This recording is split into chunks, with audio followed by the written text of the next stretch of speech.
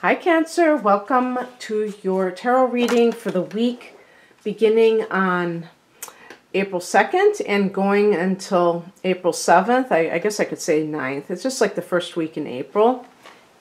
It's Raina here, dropping my cards and just being all over the place. Okay, so I'm shuffling the cards.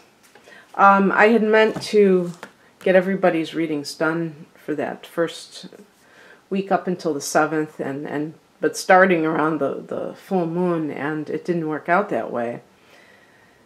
So it's going to be a bit truncated, but it's just meant to kind of be like a snapshot. So let's see what we get here.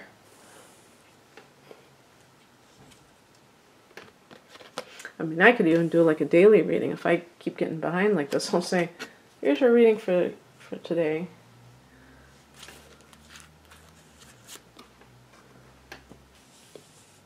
But some people have much more of a, I mean, like you, speaking of people, look, I've only picked 5 cards and I've got 3 major arcana cards. So maybe this is an important period of time for you.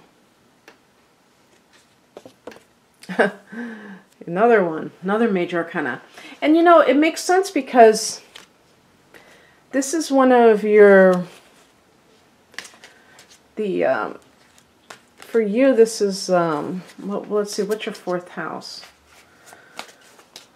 I'm assuming that would be Capricorn. No, Cancer would be Libra. Oh yeah, we just had a full moon in Libra. And it's only been, when I'm recording this, it's only been a couple of days. I'm recording this on April 2nd.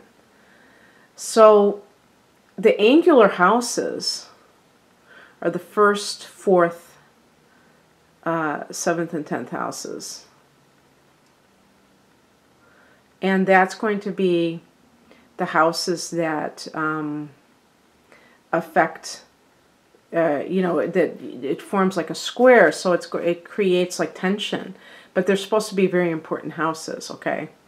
And for you, you had a full moon in the 4th house of home and family, and you actually rule that house, Cancer. So, you know, there might have been some developments with that. You may have found out something about your mother. You may have sold your house, and that's an ending, and you're moving, and you're filled with emotion about it. So, anyway, let's begin here. The focus card is represented by the, or we could say the heart of the matter, the Ace of Swords. This is a card of seeing things very clearly. So even as a Cancer person is usually obscured by their emotions, being a water sign. And so even if you can intellectually know something, which is kind of what the swords are about, intellectual ways of interacting with life, even if you know something, even if any of us know things intellectually, that doesn't necessarily mean that we perceive the situation in that way. We tend to be colored by our emotions. The situation can be colored. But there's something going on where you're able to just like cut through all of that. Maybe there's deception going around, and you're able to make a decision, and you're able to start afresh. So you might be moving, but this is like seeing the situation as it really is. So for instance, in your love life, you may really have believed that this, maybe it's a marriage situation, because we have here the Hierophant. You may have really believed somebody, and then you found out that they were lying after all. And maybe you were lying to yourself. Maybe other people try to point out to you, can't you see? This person's cheating on you. Can't you see? They're not coming home when they say they're going to come home. That you can never get a hold of them. We saw him, or we saw her at this place with another person. Why won't you believe us? Why are you in denial? And then also in the workplace, wanting to believe the best about a situation, and then finding out, you know what, I have been deceived. I have been you know, maybe strung along. Maybe you thought you were going to get a promotion and you didn't. What crosses you, what the obstacle is represented by the World card. So it's about wrapping things up. You may feel like, yeah, you know what? I am ending a cycle, but I don't know how to because I have these things, you know. Even if I divorce this person, I'm going to have to go through a trial. I'm going to have to deal with custody issues. I'm going to have to whatever. And you feel this sense of, ugh, I just want to start a new life. I just want this. But there's all these things that are keeping me stuck in that, you know, connected to that person in some way. And maybe you even want to move to another country, but let's say you have a child with this person and you feel like you have to stay or the courts are making you stay, and you just feel this sense of like oppression about it.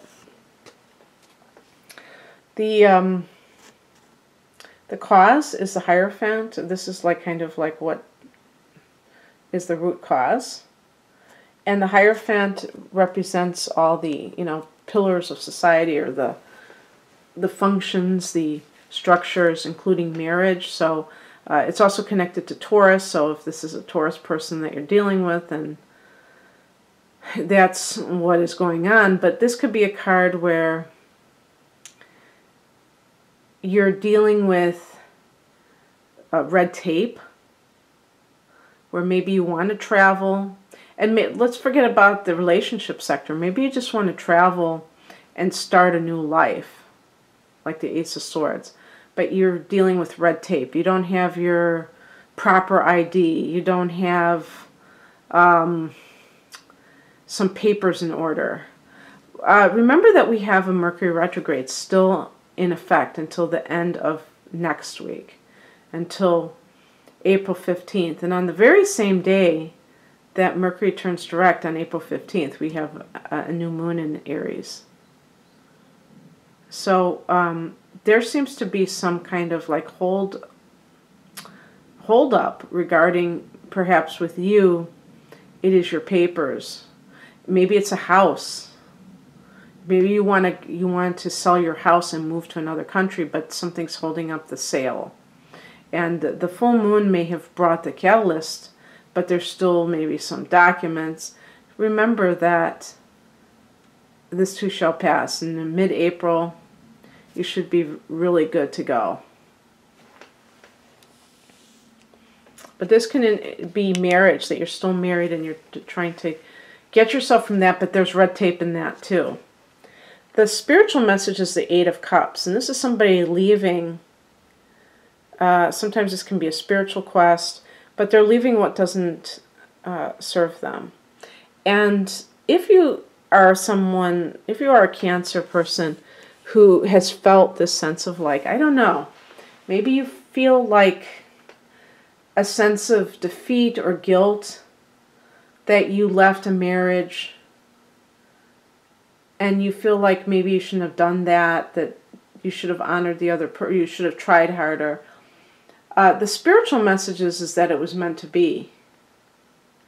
And it's also saying that you're not just rejecting the person. You're actually on a spiritual quest. You're doing it for more than selfish reasons. Reasons, not reasons. And so that may just be reflecting other areas of your life where you're becoming much more thoughtful and on a spiritual path. And all of a sudden, this person doesn't resonate with you. And maybe if there's like some religious ties that bind you, like you're saying, your religion says, oh, it's a sin to get divorced, you're starting to question some of those. And that's part of your new path where you're saying, well, why are we supposed to stay with the same person forever?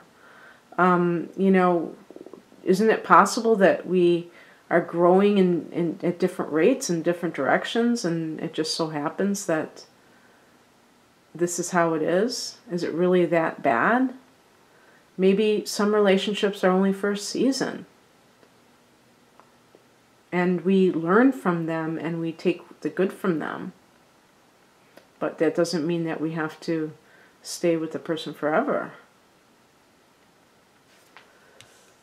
The advice is represented by the Judgment card, and this is simply to look to that, look for your rebirth, because that's what this card represents. This is the card of karma.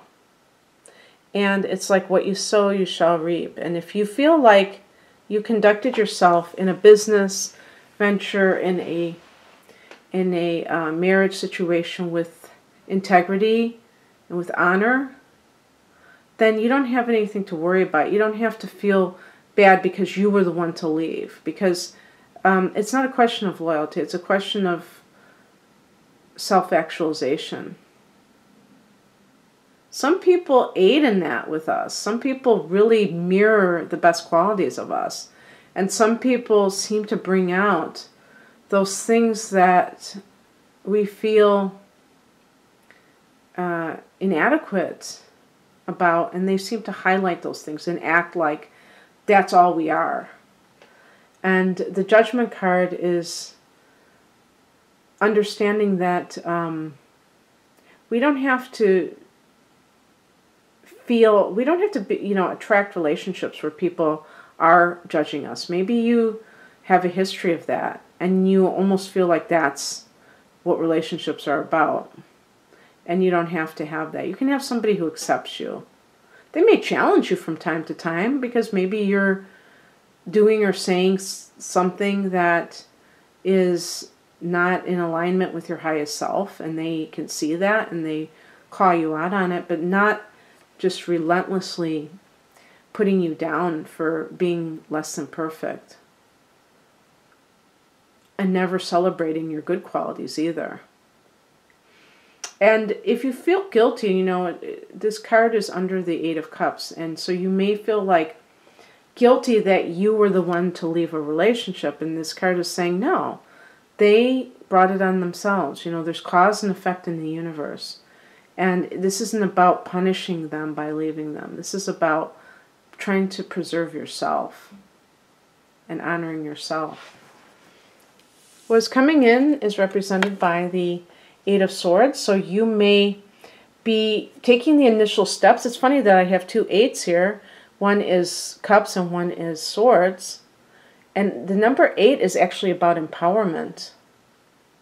About power itself and success, worldly success. But this person doesn't feel successful and free.